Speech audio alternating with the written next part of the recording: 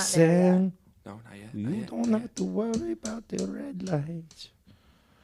Okay, so it says we're live. Okay, we're live. Sorry, action. Wait, Checking hold on. volume. Hold on. She's got to do the volume. Okay, so it says we're live. All right, we're good. You ready? Ready? Ready, action. You want? I'm going? Yeah, you're Okay. kicking this off. Hey, everyone. Welcome to Coaching Over Caffeine today because we don't all have coffee. So we're cheersing over caffeine. I am Coach PC. To my right is Coach Casey. And then to my far right is Coach Dan. All right, good morning. First off, cheers. Cheers, everyone. To the caffeine, the caffeine. Okay, so first and foremost, I got to start this podcast off by saying that this is going to be a very interesting one. When the idea got thrown out, it was the tell a friend game because we heard one thing. Coach KC had suggested this, but then it got switched. So now you are getting the best advice we ever / never received. So for us, we are going to give advice that we have received that is the best thing that we've heard. So I know that this is going to be a really cool format. Casey, you came up with the concept for this one. You've been coming up with some really hot ones lately. Let's go. I'm going to let you have the floor first. What is the best advice Coach Casey has ever received? Okay, I'm going to start with one that I heard like maybe 5 months ago. I heard it in September when I was at DBC, and all they did was write it on the whiteboard, and then we never even elaborated on it, but I liked what they said, so I took a picture of it. Think about it all the time. It's know what you know what you don't know. So making sure that you are confident and know the things that you know, but you're also confident enough to say the things that you don't know and I guess just need help with. Do you think that that's difficult for people to admit that they don't know something because everyone does want to look? Yes. Yeah. That was quick. You're just like, Well, I think it goes hand in hand. We always talk about failure and how failure is not a bad thing. And I think we as a society like to frame failure into some sort of category of just like not knowing how to do certain things, or I don't know, we have a negative outlook on it and it doesn't have to be negative. Now, like hearing that, PC, you coach young kids all day long, like both at your job and here. Do you think that there are times where you've caught yourself like, I don't know the answer to that, but it's like you're instructing kids and they look at you and they look up at you and they're like, I expect this person to know everything. Because when we're little, we expect every adult has their shit together. They know what's going on. And then it's not until we become adults like, oh, they were lying the whole time. Like, do you feel that kind of pressure in your day-to-day job? Yeah, I guess sometimes you just have to have an answer regardless, especially when I'm working with little kids. Like they don't understand like everything. So just giving them an answer. That kind of rolls into what I was going to say. Okay. For my next one. Okay. If we can move on. Yeah, no, absolutely. I love that. So my advice was a loss is only a loss if you fail to learn from it. Okay? Ooh. So we just had a game against Glens Falls. We were amped up, hyped up for it. And it was a very good game. It was back and forth, but we ended up losing by 5. Okay. And a lot of lessons were learned from that game, and that I've tried to teach to my my players after that. Because during the game, many of them had very poor body language. Okay, we were down by 5 with like 5 minutes left, and at one point I called timeout, and all 5 of my guys are walking off the court with their head down. And like it's tough because as a middle schooler, as a young athlete, I understand the frustration that goes on when stuff isn't going your way. Mm-hmm. It's easy when we're playing teams and we're blowing them out by 40 points, 30 points, whatever it is. Everyone's happy when that's happening. Mm-hmm. But it's when we're in a tight game and you're facing adversity throughout the entire game. A few of them were frustrated with calls from the refs. A few of them were frustrated with themselves. So the next practice, I had a big conversation with them. I was like, regardless of what's going on, you need to keep your head up, okay? Because as soon as you put your head down, that shows that you're giving up not only on yourself, but all the people around you, okay? So during practice now, if someone puts their head down, or during a game, if someone puts their head down, the next practice or whatever, that person stands off to the side and watches their team run because it's showing them who they're letting down. Okay, it's a big lesson for middle schoolers, but you have to kind of take that fire out, put that fire out right now, so they learn it going forward, because the game's much bigger than anything else. So they can't put themselves above that. They have to realize like it's just much bigger than what they kind of see it as in the moment. True. So there is science behind this action that you're talking about, like putting your head down and everything. So big in combat sports, if you see, like, we've seen wrestling matches or boxing matches or mixed martial arts matches where the person is already, they're gassed, their head is down. But even other sports things, one researcher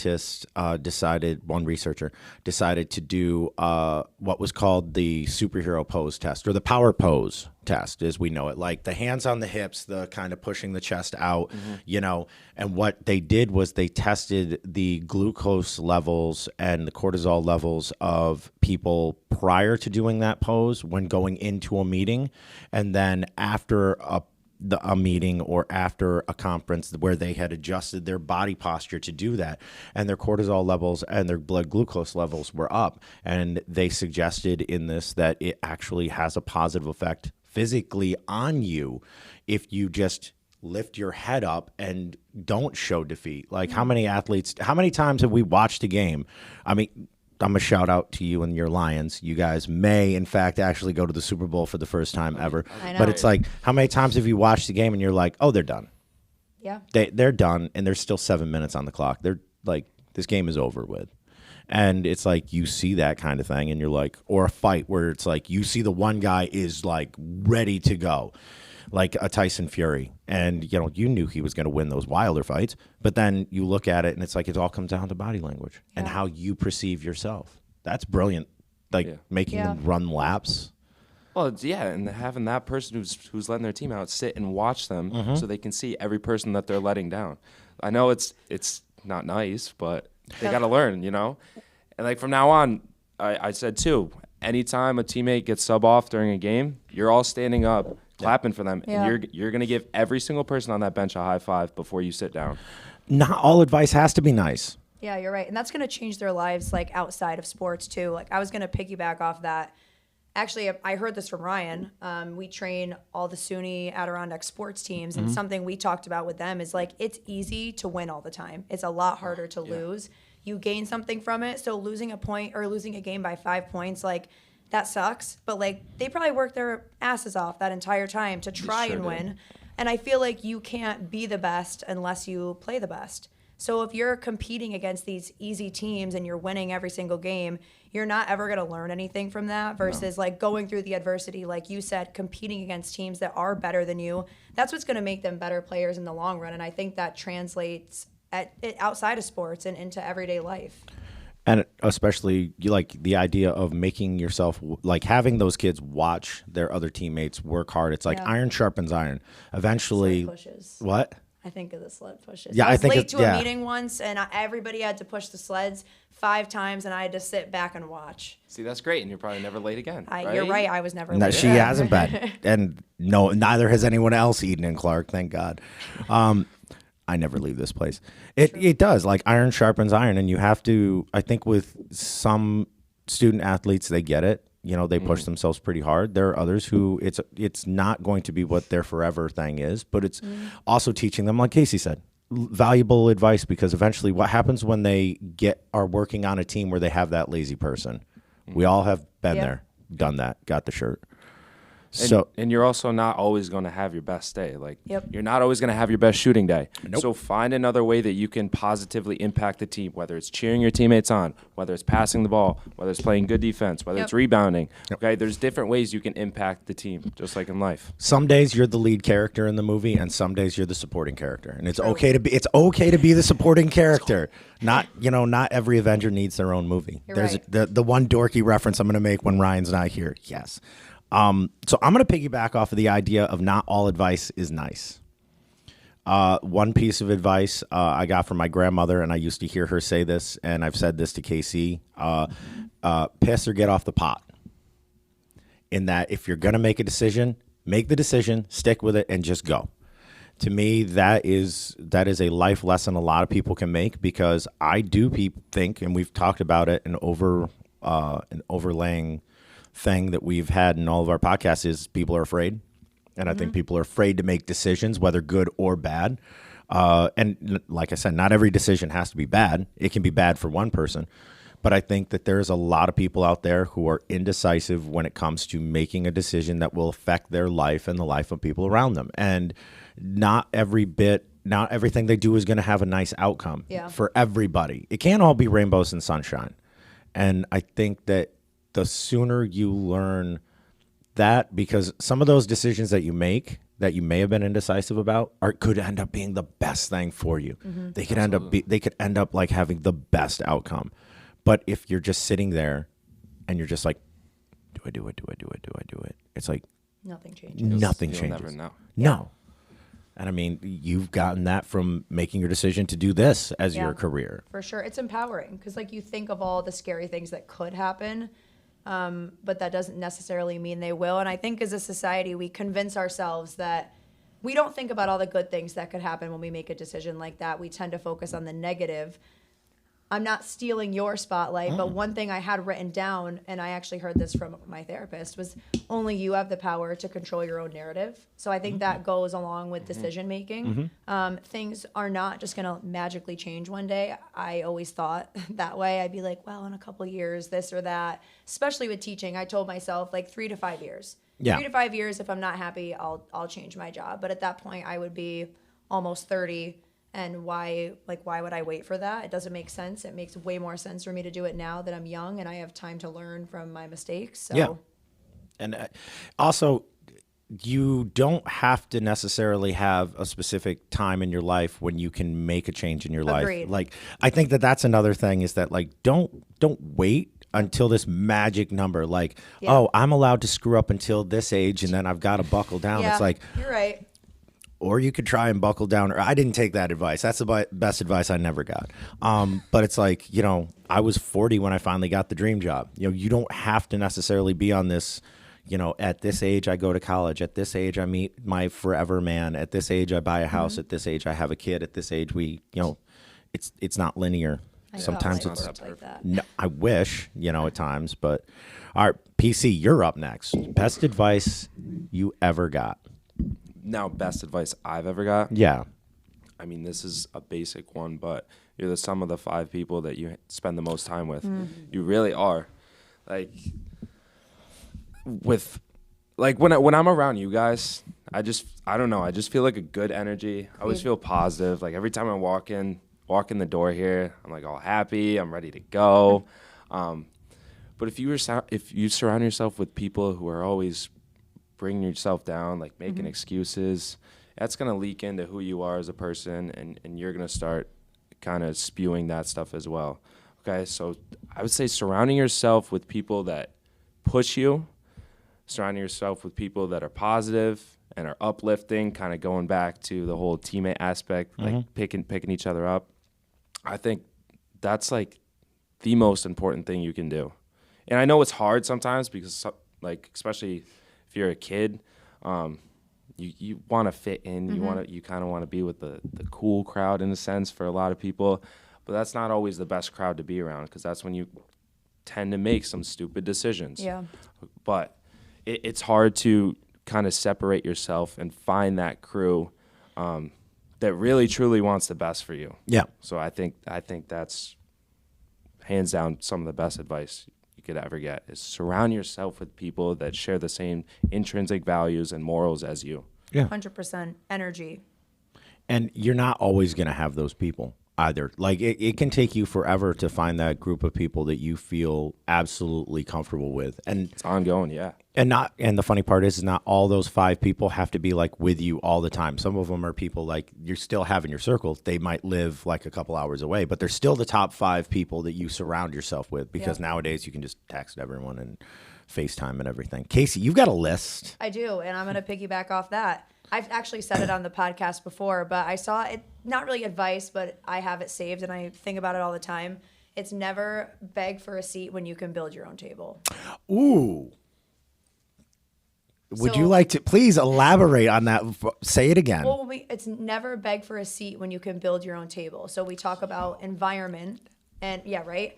Like, and I agree. I think that you can surround yourself with people that either build you up or make you feel small. And I've experienced both ends of that spectrum. I'm sure we all have. And I agree with what you said. Like when I leave here, I actually feel like I can do anything that I set my mind to. And I've been around some people that have the complete opposite effect on me and make me feel like a terrible person. And I know I'm not a terrible person. And I don't know, it took me, I don't want to say a long time because I feel like every time I say that on this podcast, I get told that I'm 12 years old and to be quiet. But I feel like I've gone through a lot of different friendships. And I know college was a time where I struggled to build friendships. And I was friends with like the same people from the time I was 5 up until I went to college. And they're still my friends to this day. But because of that, I feel like I never learned how to build like genuine connections. And then I came into this place and I look around and we range from like 22, Eden's I think 22, all the way up to like mid 40s. And like I consider all of you guys like my best friends. And so it's just an interesting perspective to think about. You know, there's a lot of pressure that they say when you go to college, you're going to meet people that you're going to be friends with for the rest of your life. I can count on one hand how many people I'll be friends with for the rest of my life from college. And then I look around here and you guys are like my family. So Cheers. All right, we're gonna cheers to that. That was some warm and fuzzy stuff. That was beautiful. wow, thanks guys. Nah, problem. All right. So I'm gonna give my last best advice, and then we're gonna go into the never Okay. category. The best single one of the single pieces that I've ever been given is, "I'm sorry only counts if you change the behavior." I like that. Yes, I'm sorry only counts if you change the behavior, because first and foremost, how many times, like, I'm not calling this person out, but the other day I actually said to somebody, like, why are you saying you're sorry for crossing in front of me? Like, you stop, because I bet I know who it yeah, was. it's like, stop saying I'm sorry. I actually sent this individual the Amy Schumer "I'm sorry" bit from her Does show. this individual work here? Potentially, I'm Okay. not gonna say anything, but not gonna name names. But the funny part about it is that if you are genuinely sorry about something, that means that you are acknowledging the behavior that was done and you are not going to do it again, or at least you're going to go out of your way to make sure that behavior doesn't happen again. When my kid messes up and he's like, "I'm sorry," I'm like, okay, this is the 900th time I've asked you to do Yep. this. I love him.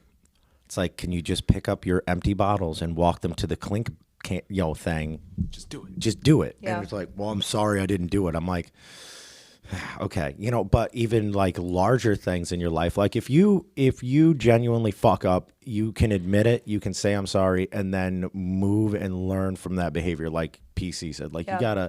you gotta grow from these things. And that's one of the biggest pieces of advice I've gotten is it's like, if you're gonna say you're sorry, mean it and make sure it doesn't happen again. Yeah. Because if it keeps happening again, I'm sorry means less and less every time. We all know that coworker. We all have that coworker who says, I'm sorry, I'm late, I'm sorry, I'm late. You can't be too sorry. You're walking in with Starbucks. Yeah. You can't be too sorry because this is the 4th time this week and the 12th time this month, and it's, only the 14th. So like. Do you think that translates into what we do and the people that we work with? You know how many times I've gotten cancellations and people apologize to me and I'm like, this is your half an hour. I mean, yes, at the end of the day, this is what we do for a living. And so I can understand to an extent. I would do the same thing. If I missed an appointment, I would apologize too. But like, they're here for themselves. Yeah. And so we talk all the time about like, sometimes we want it more for them than they do. And that's a really hard thing to grasp. Like, I think people don't know how to apologize to themselves. They can do it to everybody else, but they can't look inward. I think that a lot of that has to do with acceptance of responsibility. And I think that can go into the never thing, because I don't believe people, not everybody, don't want to throw everybody under the bus. I don't want to lump everyone in. I think that it's very tough for people to give themselves grace. And I've said that on the podcast before. And I think that people don't know how to accept the responsibilities for stuff that they do. Like if you consistently in life show up late to everything or have an excuse of something that could have been controllable by you, but the quickest way to do it is apologize, then you're not learning life lessons. You're just scapegoating yourself. You're just like, it was this thing's reason. It's like, you How you can, do everything is how you do anything. damn, there you Those are go. good. Those are good. Thank you, Ryan. Yes. That's his. So here we go. We're going to go into the never category. Okay. And this is advice that we have never received, that we wish somebody would have given us, that we learned from a life lesson. Yeah. I got a lot of these. Yes. I mean, I came in locked and loaded for this one. PC, I'm going to give it to you since. Don't give it to me. Don't give it to me. Don't give- I gotta think longer. Okay. Okay, I'll go. okay. Well, You can drink, elaborate drink, off drink. of mine. Okay, here we go. This isn't a drinking game. Free base caffeine. Your path is harder because your calling is higher. I know I resonate with that. I think Okay. we all do.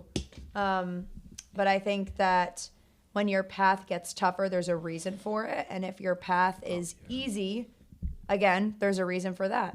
But I think that the right people are chosen to put in the work.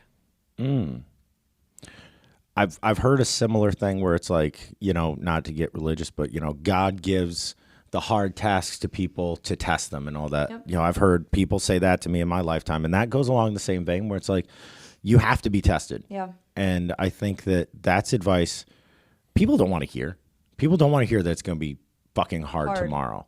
They don't want to hear it's going to be like 1 degree outside and they have to go and train. Or they don't want to hear that, like, hey, you guys lost yesterday and you have to get better today. Well, we're not going to lose.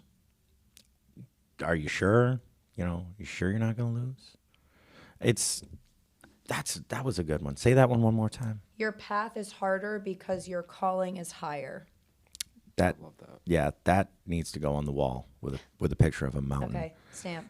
All right. Stamp it. Cool.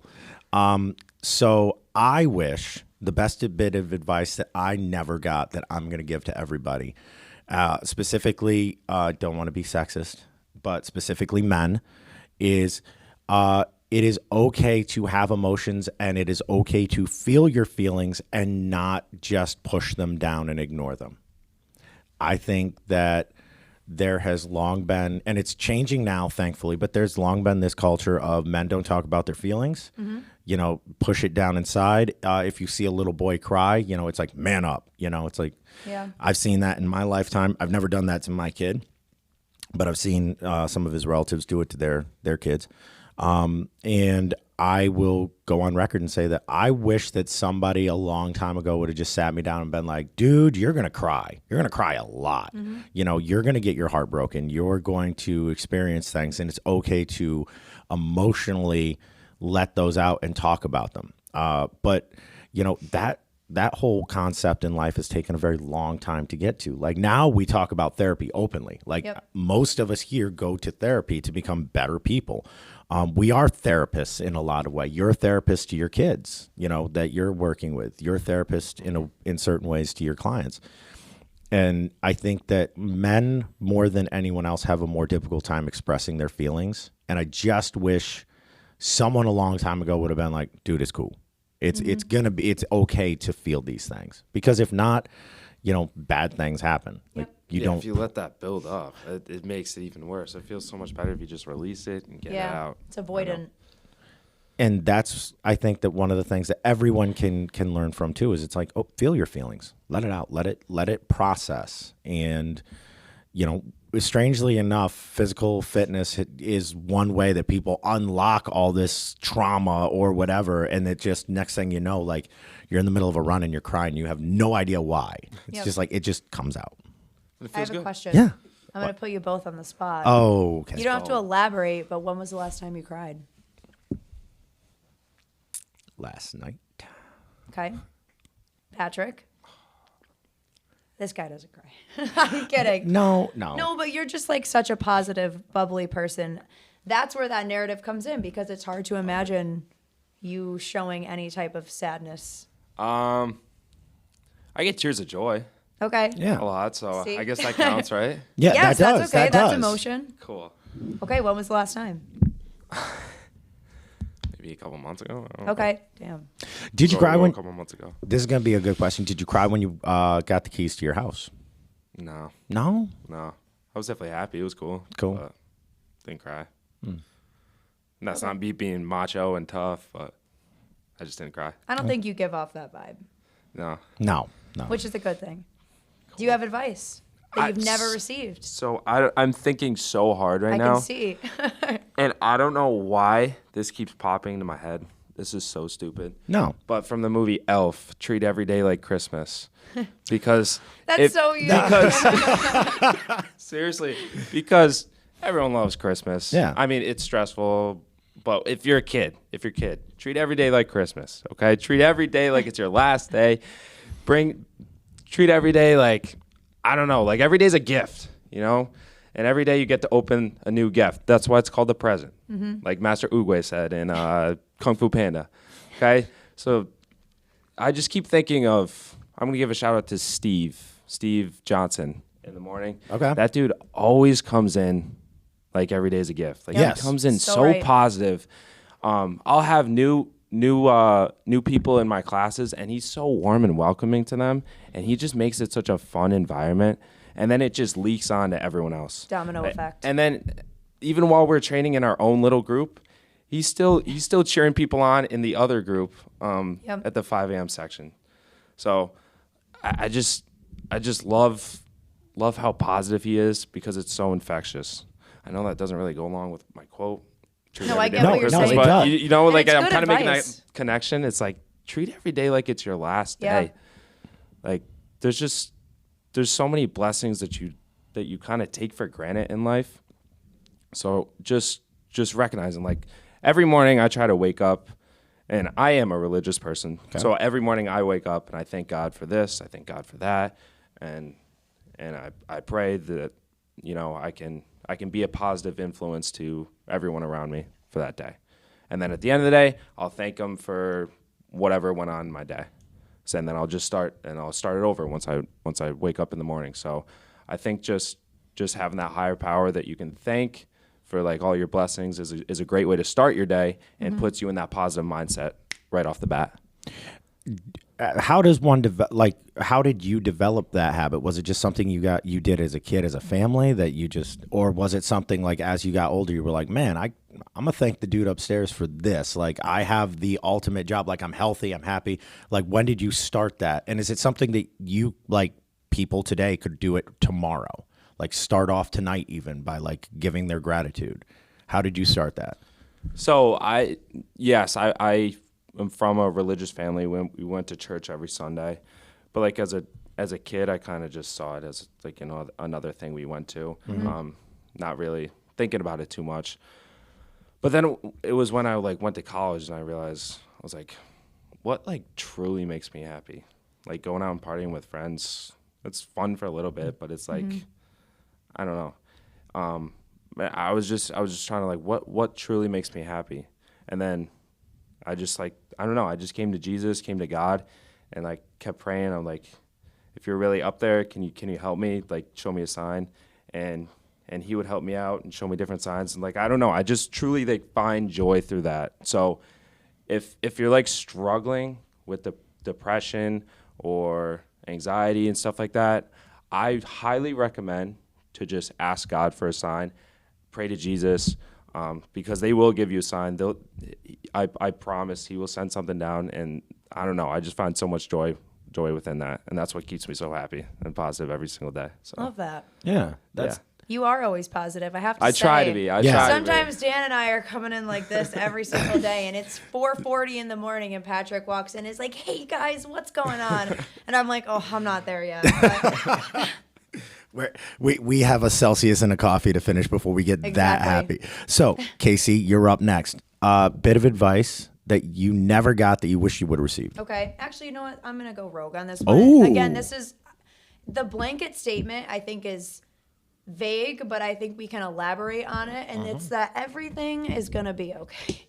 I think that as a society, and this is like the consensus that I've been thinking of everything we've talked about today, is that people tend to just look at the negative in life instead of the positives, but there are so many positives. And that's something that I've learned being around you guys too, is that I've learned to stop looking at all the negatives in my life and focus on the things that do make me happy, like what you're saying. Because for a long time, I had a victim mentality of like, why is my life like this? Like, why do I wake up unhappy every single day? And then I finally realized like I have the power to control that narrative, like I mentioned before. So like if I want to make my life better, I have to make certain choices or do certain things to get there.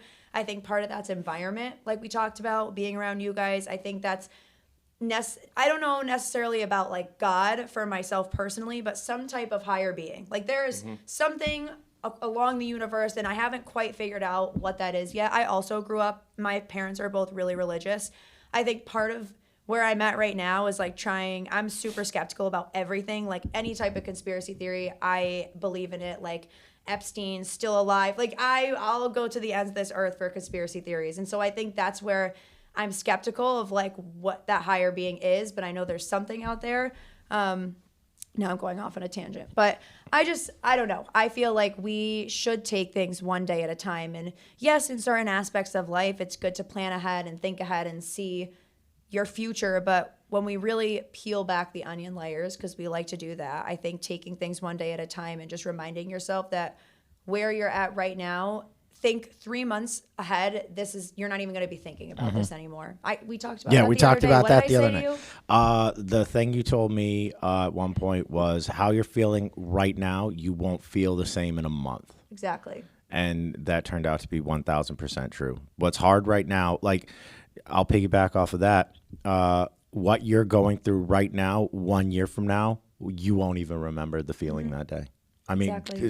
some like big life changes maybe, but you won't feel the same emotions. I'm kind of going to piggyback off of both of those.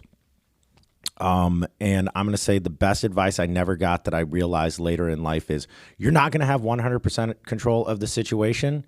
And sometimes it's just okay to let it go and just go. Who can you control though? You can control you. Yes, exactly. And I think that was a lesson that I've had to learn where it's like, I can't control everyone around me.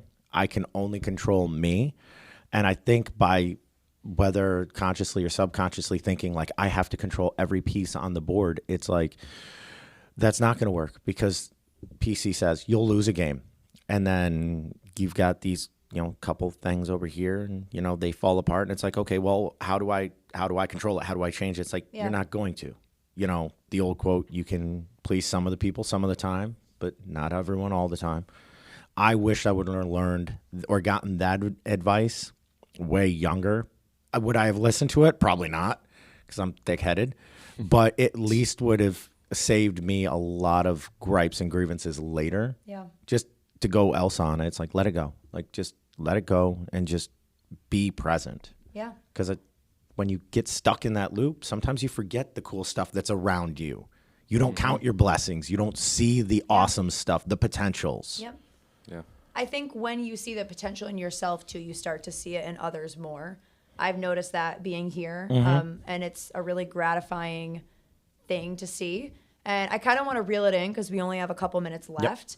Going based off of what you're saying with control, I think that that's something we can preach to our clients and anybody who is listening, and not just in like health and fitness, but overall life. There are a lot of things that are going on around you that you can't control. That's something I had to learn is like you cannot control the outcome of the environment or the situation, but you can control yourself.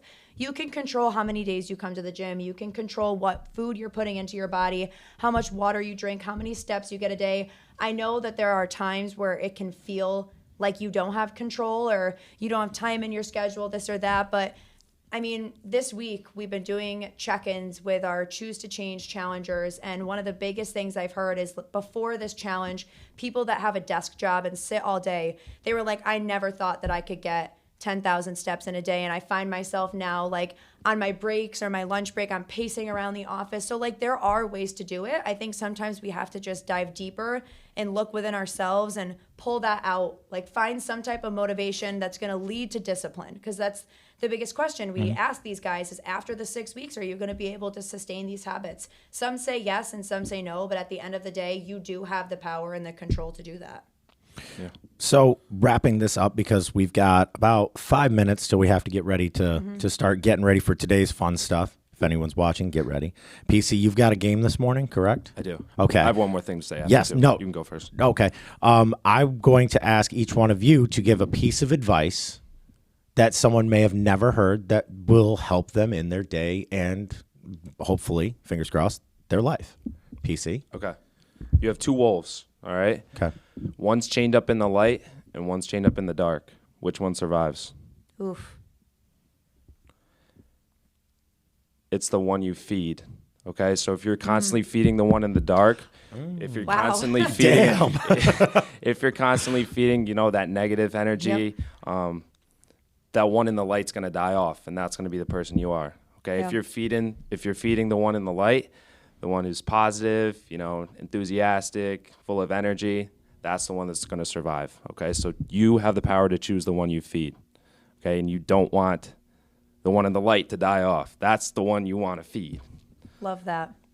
I'll end with that. Wow, that was. I should have gone first. Yeah. I don't know if I can follow that. I would just say do something today that is going to make you better than you were yesterday in any aspect of your life. I like that one. I'm going to steal one, but be the hero of your own movie. And that we all have watched a movie or a TV show, or we've read a book, and you see what the main character goes through, and you would like to believe in those situations that you would do the same thing. Like we all like to believe that we'd be the person pulling someone out of a car wreck or doing the right thing. It's like, well, newsflash, you can.